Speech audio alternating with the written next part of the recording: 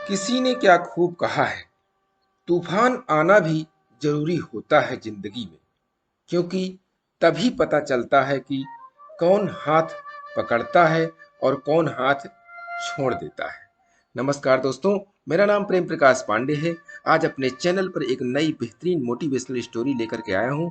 आज की स्टोरी के जरिए हम सीखेंगे कि अगर सच्चा सद्भाव और नियत है तो उसका क्या लाभ होता है। तो चलिए, चैनल को सब्सक्राइब नहीं किया है, सब्सक्राइब कर लीजिए और सुनते हैं यह बेहतरीन स्टोरी। पुत्र की उम्र 45 छूने लगी। पिता पुत्र को व्यापार में स्वतंत्रता नहीं देता था, तिजोरी की चाबी भी नहीं। पुत्र के मन में यह बात खटकती रहती थी। वह सोचता था कि यदि मेरा पिता 15-20 वर्ष तक और रहेगा तो मुझे स्वतंत्र व्यापार करने का कोई अवसर ही नहीं मिलेगा। स्वतंत्रता सबको चाहिए। मन में चिढ़ थी, कुढ़न थी। एक दिन वह फूट पड़ी। पिता पुत्र में काफी बकझक हुई। संपदा का बंटवारा हुआ। पिता अलग रहने लगा, पुत्र अपने बहू बच्चों के साथ अलग रहने लगा। पिता अकेले थे। उनकी पत्नी का देहांत हो चुका था। किसी दूसरे को सेवा के लिए नहीं रखा, क्योंकि उनके स्वभाव में किसी के प्रति विश्वास नहीं था। यहाँ तक कि पुत्र के प्रति भी नहीं था।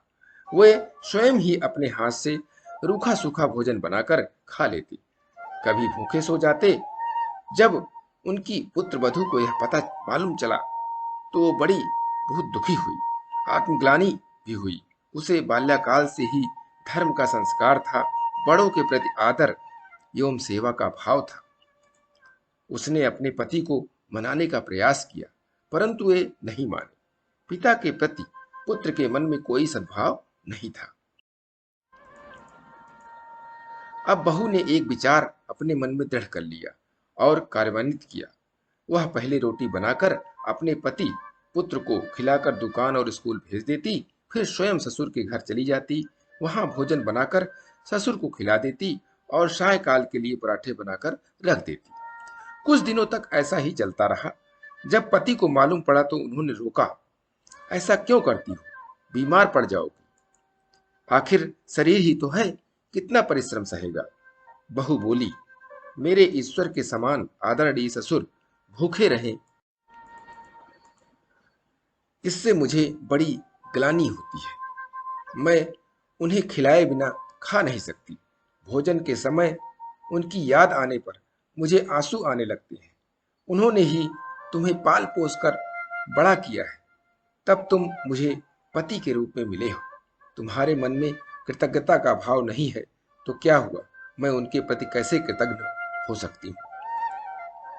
पत्नी के सद्भाव ने पति की निष्ठुरता पर विजय प्राप्त कर ली। उसने जाकर पिता के चरण छुए, क्षमा मांगी, घर ले आए। पति पत्नी दोनों पिता की सेवा करने लगे।